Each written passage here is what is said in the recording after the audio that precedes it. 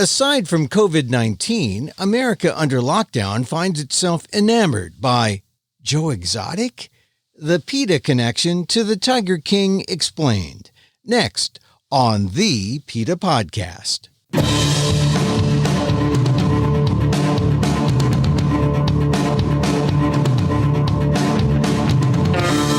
Welcome to the PETA Podcast. I'm Emil Guillermo, your host for this behind-the-scenes look at PETA, the largest animal rights organization in the world. And if you're under lockdown, as most of America is, trying to flatten the curve by aggressively staying home, most of you have turned Netflix into an alternative CNN of sorts, or maybe an MSNBC or whatever you watch. Fox. That's made the show called Tiger King, Murder, Mayhem, and Madness one of the most binge shows in the world and the most popular show on Netflix.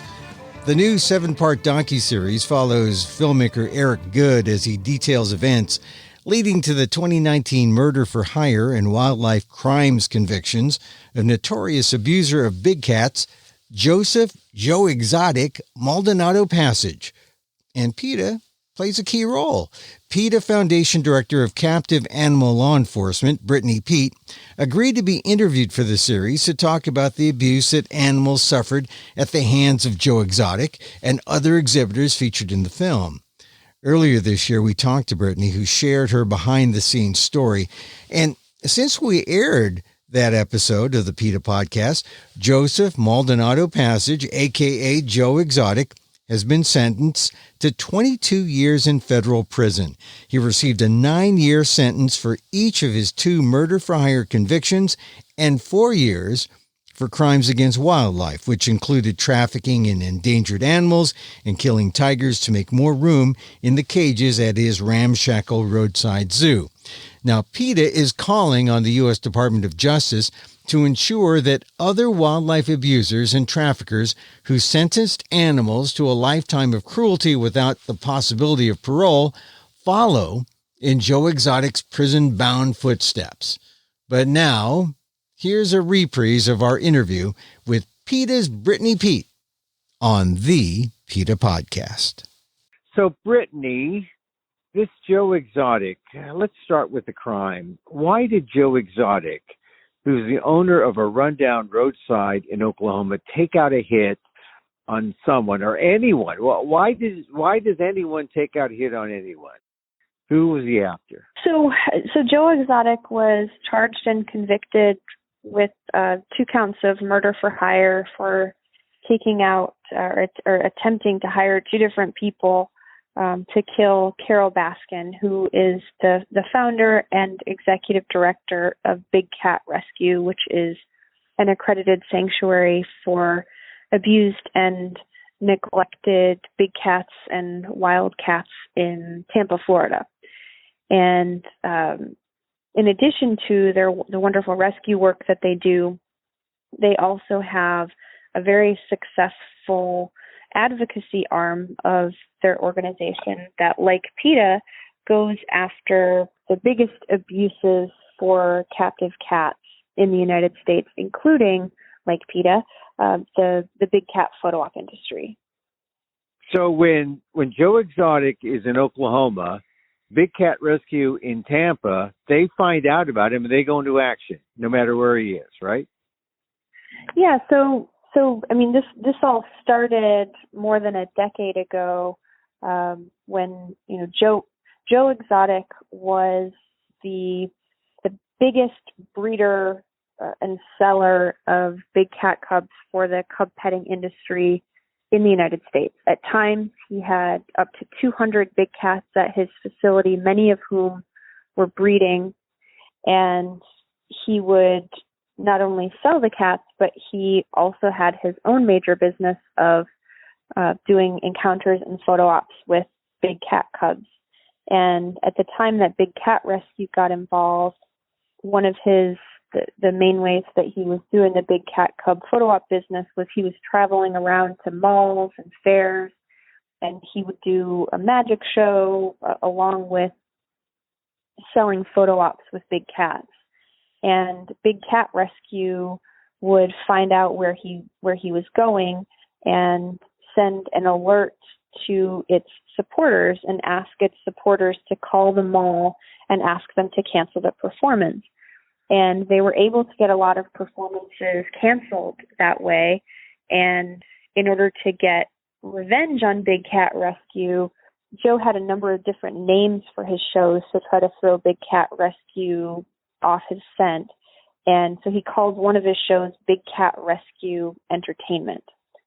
So, and this was supposed to make people think that this was an officially sanctioned event by the people who are coming after him. And did it work? And it didn't work. Big Cat Rescue was getting angry calls from its supporters, and so it trademarked the Big Cat Rescue name.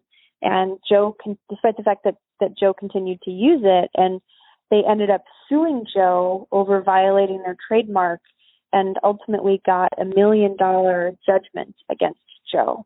$1 million? That's right. That judgment stayed over Joe's head for years, and he tried to evade it. The judgment was against both him personally and the GW Exotic Animal Park, which was the name of his roadside zoo at the time. And so he declared personal bankruptcy in order to evade the judgment, and he dissolved the GW Exotic business and had a few of his friends at the zoo start a new business called the Gerald Wayne Exotic Animal Park, where in which Joe was not a principal but simply an employee. Big Cat Rescue went after that entity, and so then Joe dissolved that entity, and he sold his business to a man named Jeff Lowe, who opened up the Greater Wynnewood Exotic Animal Park. Big Cat Rescue went after that entity, and so, this has just kept going on, and Joe hasn't been able to escape this judgment. He was eventually making payments on the judgment around the time that his husband died in a gun accident. No foul play involved, huh? The authorities didn't find any foul play. Apparently, his name was Joe's husband's name was Travis, and he was apparently trying to show some friends that this particular type of handgun that he had, it wouldn't go off if there was some particular thing done to the gun, but he'd emptied the gun of bullets, but he'd forgotten the bullet in the chamber, and he'd put the gun up to his head, and so he shot himself in the head and died. So, around that time, Joe attempted to hire two different people to kill Carol, apparently in an attempt to get out of that. Big Cat Rescue was so effective, they had this hanging over Joe no matter where he was. Then all these things happened in his life. He must have felt like essentially like a trapped animal in order to go or to resort to a murder for hire. Thankfully he didn't succeed in his plot, and Carol is alive and well today. Yeah, so he went after Carol not once, but if first you don't succeed, try again. He tried a second time, and he failed. What period of time was this? When did this happen? We don't know exactly when it happened, but it would have been around the fall of 2016. He first tried to hire a zoo employee, went as far as buying him a burner phone and giving him several $1,000s up front and the employee set off apparently for Florida to kill her, but the man he hired was, as most of the employees at Joe's facility was a drug addict, and he apparently used the money to buy alcohol and drugs and never even made it to Florida. So then the second person that he tried to hire turned out to be an undercover FBI agent. Well, that was unfortunate for Joe, but it was good for the animals. That's right, and certainly for Carol as well. Were there other targets? I understand that he made death threats against PETA, against Ingrid Newkirk, the president of PETA, and even you. But they were different from the death threats, I guess. Were they just idle, loud talk, or was it? Did you ever feel threatened by his words? We always take any death threat seriously, and Joe at a time had a reality show that he was broadcasting over the internet, and at one time it was airing every night. And so a lot of times the show was just him ranting about Carol Baskin or Big Cat Rescue, often PETA or Ingrid. He did occasionally mention me. On one of those shows, he shot up an effigy of Ingrid, and we reported that to the FBI. We don't know if they investigated or not. We never heard anything else about it, but we certainly took it seriously enough to report it to the authorities. Were you ever scared by any of his threats? No. I mean, when it eventually got to the point where I knew that I was going to be going to the facility and that Joe knew that I was going to be there, we did hire armed security guards to go with us just to make sure that we would be safe. Tell me about that first time you encountered him, and how did he react to you back then? Yeah, it was in the fall of 2016, and I was at the facility with a team from the Wild Animal Sanctuary rescuing 19 tigers that had been sent to Joe by a facility in Florida that PETA is suing under the Endangered Species Act. And that facility was attempting to abort PETA's court-ordered site inspection. They thought that if they just sent all of their tigers away, that PETA wouldn't be able to do the inspection. And so PETA ended up being tipped off about the transfer of the tigers by Joe himself, who posted about it on Facebook. And so we were able to go to the court and get a preliminary injunction. He put it on Facebook. That doesn't sound like a very smart move. Right. Well, Joe wasn't necessarily the most savvy guy, and he didn't explicitly say which facility it was coming from, but he said 19 tigers coming from Florida, and there was really only one roadside zoo in Florida at the time that would have that many tigers, and certainly that would be looking to get rid of that many tigers on an emergency basis. So we knew right away what this was. You went to Oklahoma. That's right. And there he was.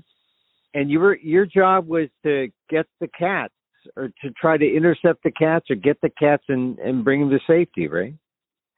Well, after the cats were moved to Oklahoma, they were moved in violation of a federal court order. So at that point, Joe was potentially an accessory, or he was an accessory to violating that court order. And so in order to avoid any liability with the federal court, we were able to come to an agreement in which he allowed us to take, or he allowed the Wild Animal Sanctuary to provide permanent homes for all 19 of those tigers. And so that's why we were there on that day in 2016 with the armed security to get those 19 tigers. Yeah, were you scared then? I mean, you're there with armed security. Joe wasn't supposed to be there. We didn't want him to interfere with the transfer team. But of course, as we were standing out in the parking lot, preparing the plan to go in, Joe came out.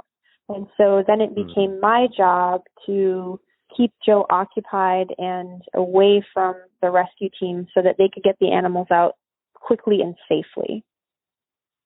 Boy, here's Joe Exotic. He hates PETA. He's made threats against you. Weren't you a little frightened when you were talking to him? Well, he was quite affable, and we did have quite a few armed guards with us. But ultimately, our objective was to get the animals out of there, and it doesn't help the situation to be scared. We were there we had a job to do, and that took precedence. There wasn't really room in our brains for anything else. You were there for the animals. That's right. So when you got there and you're in the parking lot, describe the situation even before he comes out and you see him. What it look like? What it smell like? How big was it?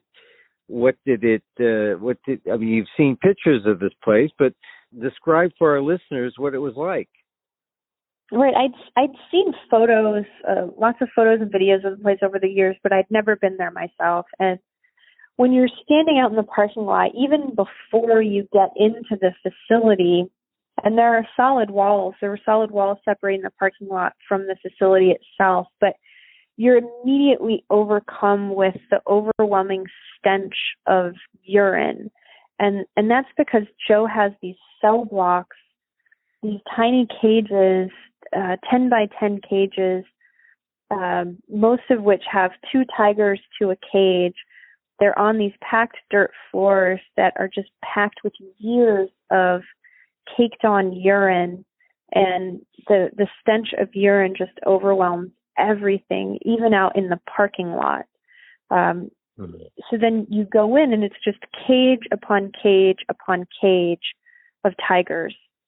He also had a number of other animals. There were bears and monkeys and chimpanzees and skunks and camels, almost any animal that you could imagine on this tiny 1-acre property, most of which wasn't even animal enclosures. Would there be like 50, 60, 100? There were hundreds of animals on the property. Hundreds of animals. Wow. Yeah. And so you get this stench, you go in, it's worse than you thought? Absolutely. It's hard to know. I mean, we knew that it was going to be a horrific facility, but I wasn't prepared for the scope of the suffering of so many animals on one tiny piece of property, and the squalor that they were living in. There were 3 juvenile black bears who were living in an enclosure that was one of the most disgusting things that I've ever seen. There was feces everywhere. They could barely walk anywhere without stepping in their own waste. It was covered in trash. I mean, clearly no one was cleaning these enclosures. You got to talking to Joe.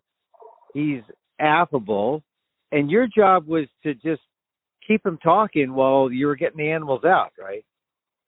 That's right. And Joe's husband, Travis, had died just a month or 2 before this, and he wasn't in a good psychological state of mind, certainly.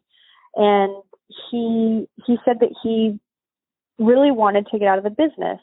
He claimed that he'd realized that it was in fact cruel to tear baby cubs away from their mothers to use them in encounters and photo ops, and that he didn't want to do that anymore, but that the only way that he could continue making payments on the judgment was if he did these encounters and continued to sell cats. So he said that he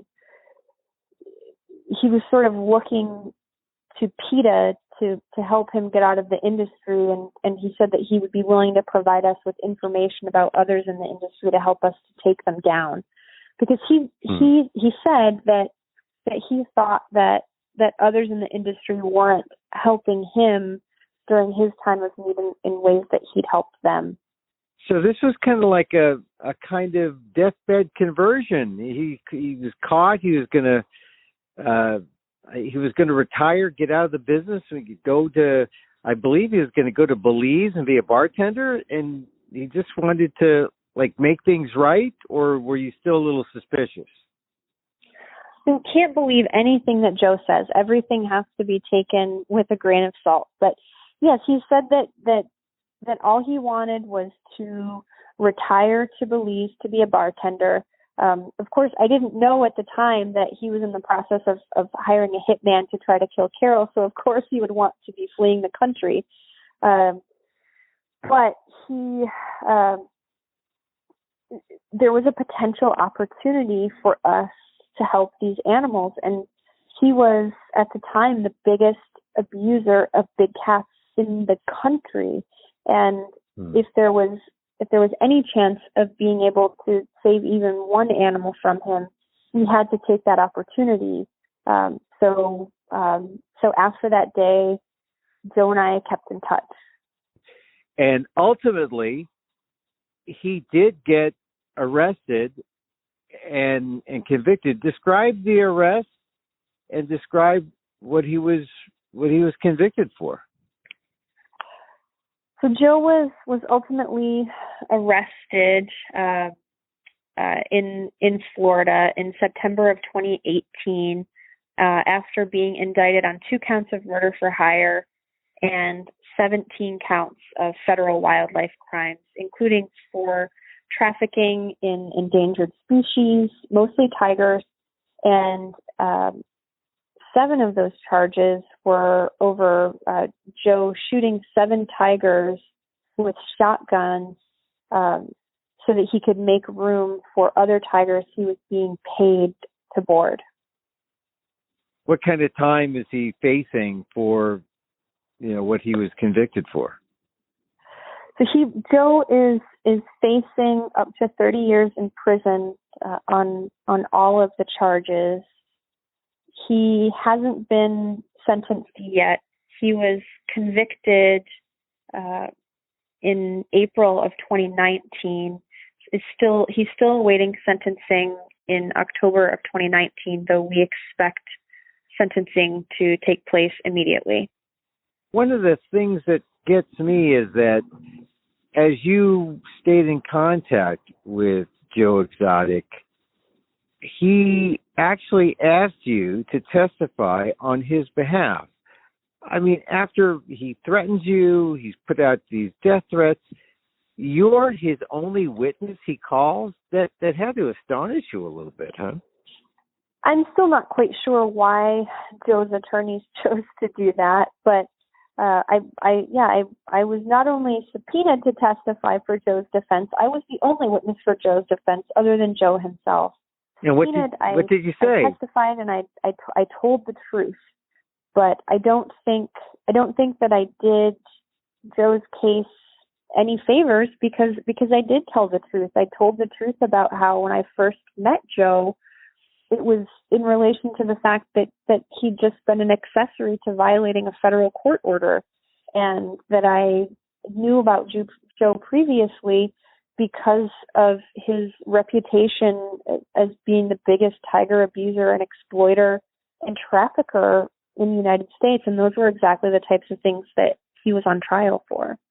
Just to give our audience a sense of just how severe these crimes are, I mean, he was convicted of taking hits out twice, for murder, but also how significant were all these animal crimes of transporting and keeping the animals, and just give a sense of the severity of what he did.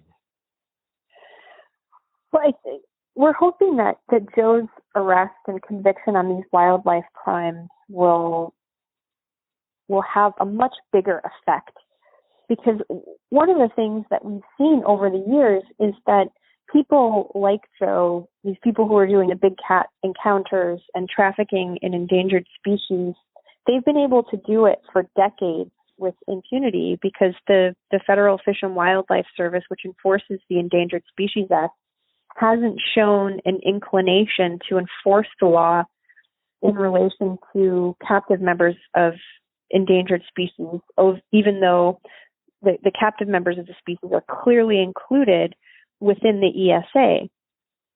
So this is one of the first times that we've seen someone being charged for trafficking big cats in furtherance of a scheme, a big cat cub petting scheme. and also one of the first times that we've seen someone charged for killing a captive endangered species. So we're hoping that this will just be the first, and that the feds are continuing to investigate others in the industry. That remains to be seen, but certainly it will hopefully have a chilling effect on others within the industry who are now hopefully realizing that by doing this, they could be facing years in federal prison. All right, maybe it'll happen. Maybe people out there will take a cue and say, oh, this is Joe Exotic. Are there more Joe Exotics out there, or is Joe Exotic one of a kind? What do you think? Joe Exotic is certainly one of a kind, but there are definitely others out there who are trying to take his place in terms of tiger breeding. His former business partner, Jeff Lowe, is now running the zoo out there in Oklahoma, and seems to be breeding cats just as quickly as or just as prolifically as Joe did.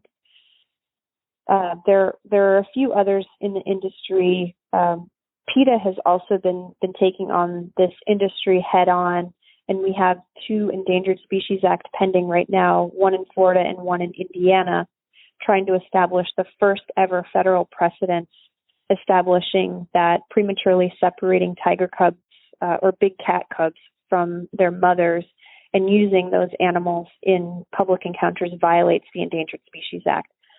So that has a chilling effect as well, because Endangered Species Act litigation or any kind of federal litigation like that costs hundreds of thousands, if not millions of dollars. And so that's enough to bankrupt most of these businesses. And so some of them have decided to get out of the business just because they don't want to face a lawsuit from PETA, which is great. But there are others out there, and we need to and are going to stop them as well. Tell me about the animals from Joe Exotic. What happened to them? You did get them out. Where are they now? We didn't get all of them out. So after I started, continued talking to Joe after we got those first 19 tigers out, one of the things he said that he wanted to do was to reduce his inventory to try to streamline his business, hopefully to make it easier to get out of the business when we eventually came up with a plan to do that. He agreed that as we took animals out, he would destroy the cages so that he couldn't put more animals in those same cages. So we were back in Oklahoma about a month after the first time, and we took out 20 additional tigers, 3 bears, and 2 baboons that time. What happened to them? Where did they go? All of those animals were retired to sanctuaries. They were transferred to sanctuaries that day. The animals who were remaining when Joe left the property are still at the zoo. So now you're waiting for sentencing. It could be imminent. It could come down. You're thinking he faces, 30 years, you said? Yes, Joe is facing 30 years in prison on all 19 of the charges.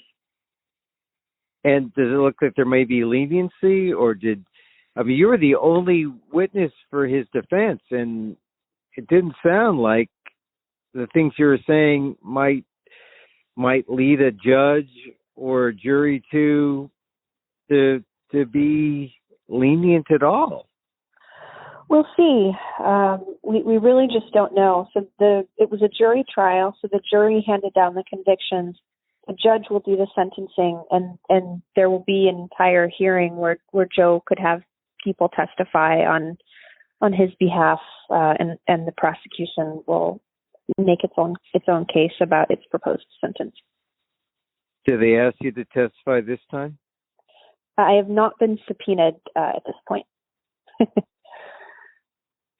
Do you have any memories of Joe at this point that you'll never forget? Well, we're still in contact. I visited him in jail a couple of months ago and spent a couple of days there with Joe and with his attorneys. sharing additional information and evidence with us that we'll hopefully be able to use to get some of his former colleagues out of business. So he's still helpful in some ways for the animals. Do you trust it? Do you trust his instinct? Or is he just out there for revenge? Well, we don't really care what his motivations are. Our objective is to help the animals, and so any evidence that he's able to provide, we're happy to use. And he's been helpful? He's been providing us with evidence, yes. Well, Brittany, so the saga continues. It may be ongoing even after he's sent away, huh? That's right. Okay. All right, Brittany. Well, thank you for filling us in on Joe Exotic, whose real name once again is Joe Maldonado-Passage. Maldonado-Passage. And he was gay too, right? That's right. Yes, he is. He like a lot of animal guys, like the animal. I don't mean to stereotype them, but it's not exactly what you think of as you think of it as more like a macho jungle tamer kind of image. But did that surprise you when you met him and his husband had just died and he was in a, as you put it, a bad psychological place? Did you see the real Joe? Who knows? Who knows what the real Joe looks like? But what I've seen in my years of working to try to shut big cat abusers in particular down is it's one of the personality traits that they seem to have in common is narcissism, and I think that's one of the reasons too that many of these people are so brazen with what they do. They truly think that they're immune and that nothing bad could ever happen to them.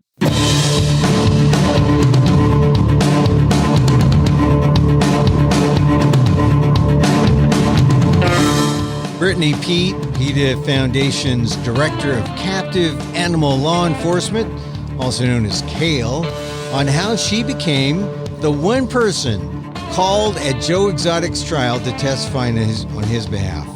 See more at PETA.org. And that's our program. Hey, you can contact us at PETA.org. You can find me on Twitter at Emil Amok, that's EMILAMOK, or on ALDEF.org/blog, or on AMOK.com, all sorts of ways to get in touch with me. Or just keep listening to all the episodes right here. Thank you for listening. Check out all our episodes on Apple Podcasts, where you can rate and review the show. It helps get the word out about the issues you care about.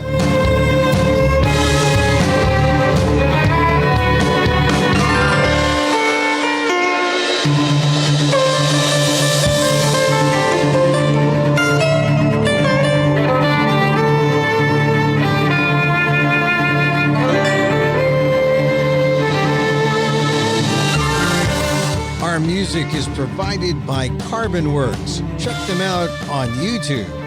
And join us again next time for more insight into animal rights and the fight for a cruelty-free world on the PETA Podcast. I'm Emil Guillermo. Take care, everyone.